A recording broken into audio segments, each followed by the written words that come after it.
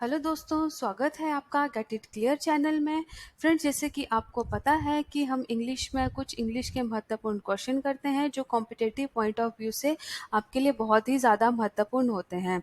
ठीक है दोस्तों, मैं आपके इस सेशन में हर छोटी से छोटी चीज़ का मीनिंग आपको हिंदी में बताती हूँ कि ताकि कभी आपको ये क्वेश्चन पेपर में आए तो आप इजीली उसको सॉल्व कर सकें। तो चलो दोस्तों, हम स्टार्ट करते हैं अपना आज का सेशन। आपका फर्स्ट क्वेश्चन क्या कहता है, यहाँ पर देखिए आपको एक फिलिंग द ब्लैंक दे के रखा है और उसमें आपको इन चार ऑप्शन में से एक ऑप्शन डालना है। तो मैं आपके सामने सेंटेंस बोलूंगी और वो है, my cousin has invested a lot of money dash farming. A में है आपका इनटू, बी में है इन, सी में है ऑन, डी में है फोर। तो आप एक बार खुद कोशिश करिए, और ये आपका प्रोपोजिशन में से है, आपको पता है आपके पेपर में ये चीज़ पूछी जाती है। तो आप खुद ट्राई करें, उसके बाद मैं आपको ज़रूर इसका आंसर बताऊंगी कि आपका सही था या गलत था। तो एक बार खुद कोशिश ज़रूर करें।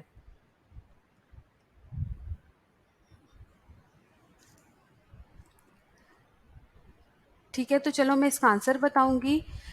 देखो, इसका आंसर जो होगा वो इन होगा।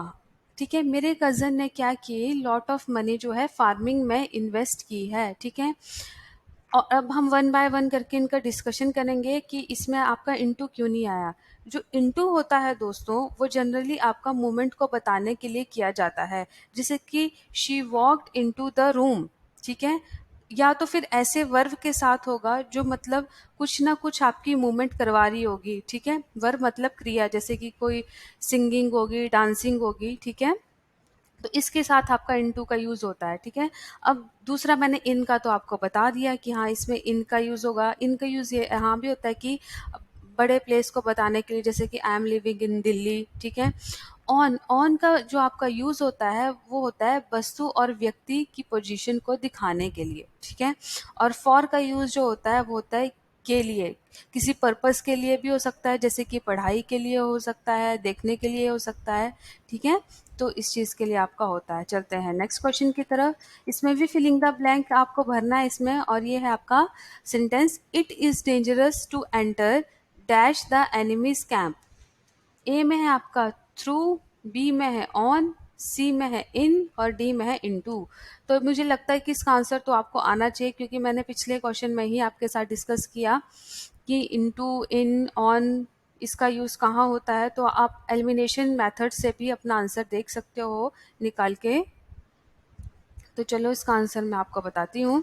दोस्तों, इसका आंसर जो होगा वो इनटू होगा। अभी मैंने आपको पिछले सेंटेंस में ही बताया है कि इनटू का जो आप यूज़ करते हो वो मूवमेंट बताने के लिए करते हो, या तो उस वर्ब के साथ करते हैं जो आपकी मूवमेंट को दर्शाता है।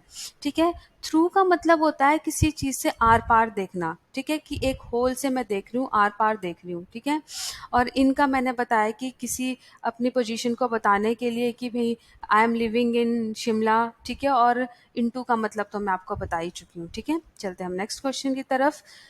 फ्रेंड्स, इसमें भी आपको फिलिंग द ब्लैंक है, और आपका सेंटेंस है, अ गुड जज never gropes dash the conclusion. ठीक है, ग्रॉप्स का मतलब मैं आपको बता देती हूँ कि ताकि आपको थोड़ी सी आसानी हो जाए। इसका मतलब होता है अंधेरे में टटोलना। ठीक है, ऑप्शन ए है फॉर, बी है टू, सी है एट, डी है ऑन। तो बताइए क्या होगा।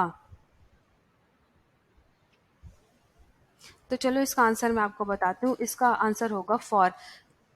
दोस्तों, जो आपका एक अच्छा जज होता है वो कंक्लूजन निकालने के लिए आपका टाल मटोल नहीं करेगा। वो सीधा आपका प्रूफ देखेगा जो आपको पेश किया है, सबूत जिसको कहते हैं, और उसके अकॉर्डिंग अपनी जजमेंट देगा। ठीक है, चलते हैं हम नेक्स्ट क्वेश्चन की तरफ।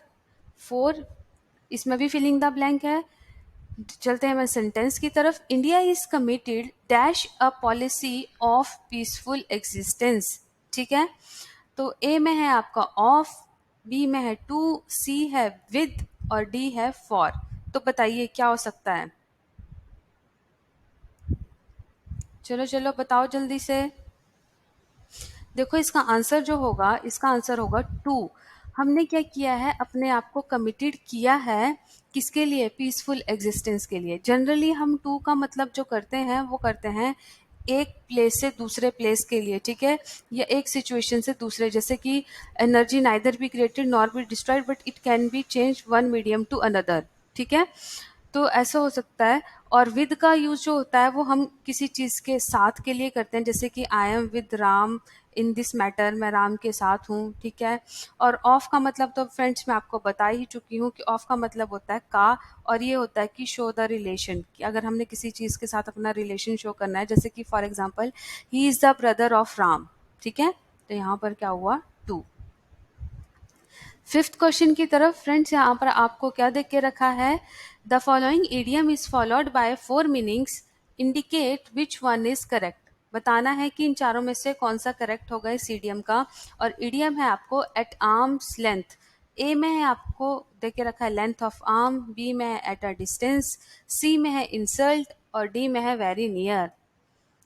एट आर्म्स लेंथ, कहीं आपने पढ़ा हो तो जल्दी से आप आंसर भी बता सकते हैं कि क्या है इसका। तो चलो आपका मैं थोड़ा सा इजी कर देती हूँ, इसका मतलब मैं आपको बताती हूँ कि दूर से सलाम करना। तो क्या हो सकता है, चलो इसका आंसर होगा आपका एट अ डिस्टेंस। देखो लेंथ ऑफ आर्म तो इसमें होगा ही नहीं, क्योंकि आपकी आर्म की लेंथ क्या करनी है हमने इसमें, ठीक है, ये तो बिल्कुल भी नहीं बना। आपको पता है कि जो ईडियम्स होते हैं उनका एक स्पेसिफिक मतलब होता है, तो ये तो बिल्कुल भी नहीं है, ठीक है। हाँ, एट अ डिस्टेंस है कि दूर से राम सलाम, मतलब दूर से, थोड़ा डिस्टेंस से। इंसल्ट का मतलब होता है किसी की बेइज्जती करना, और वेरी नियर का मतलब होता है बहुत पास। तो बचा कौन सा इसका, ऑप्शन बी, ठीक है। इसमें भी फ्रेंड्स आपको एक ईडियम देख के रखा है, और उसमें आपको चार मीनिंग देख के रखे हैं, आपने उसमें से करेक्ट बताना है कि कौन सा है। और ईडियम है आपका गेट रिड ऑफ, ठीक है। ए में है आपका इनवाइट समवन, बी में है अटेंड एन ओकेजन, सी में है to begin to do something, और डी में है डिस्पोज ऑफ।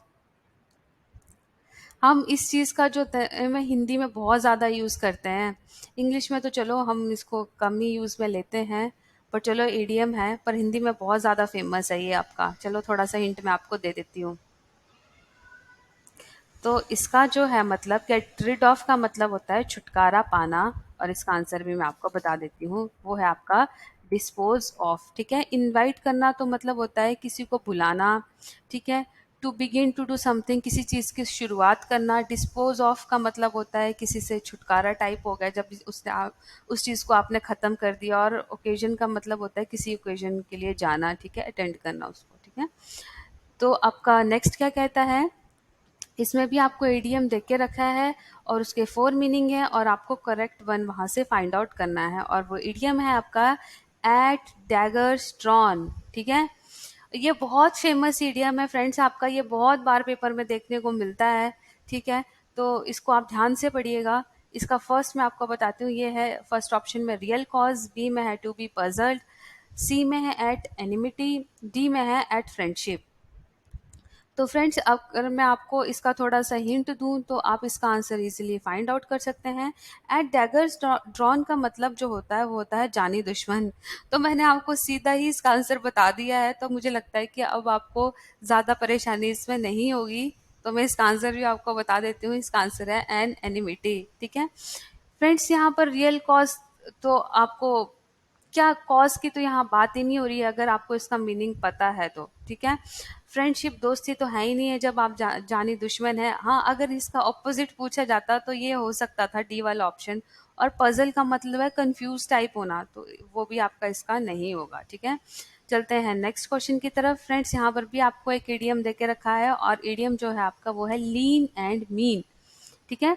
ए में है आपका टू डिस्ट्रॉय समथिंग, बी में है टू क्रिएट समथिंग, सी में है using only what is necessary, और डी में है नॉट अफ्रेड डेंजरस सिचुएशंस, ठीक है। लीन एंड मीन,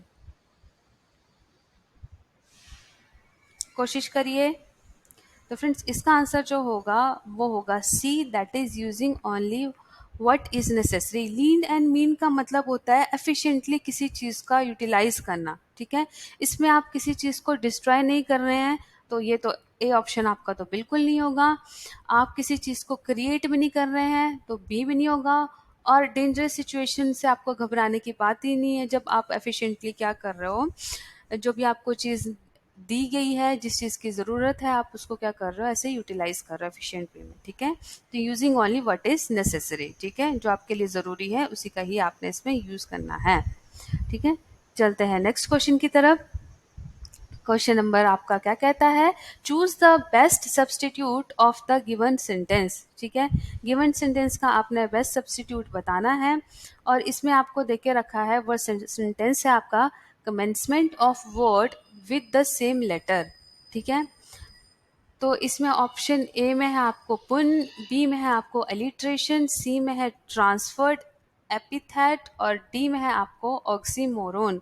दोस्तों बहुत ही हाई फाई इंग्लिश हो चुकी है इसमें, पर कभी कभी आपको पता है कि हमीरपुर बोर्ड वालों का कोई पता नहीं होता कि कब कहाँ से क्या डाल दे, तो हमारे को इसको कवर अप करना भी ज़रूरी हो जाता है, ठीक है।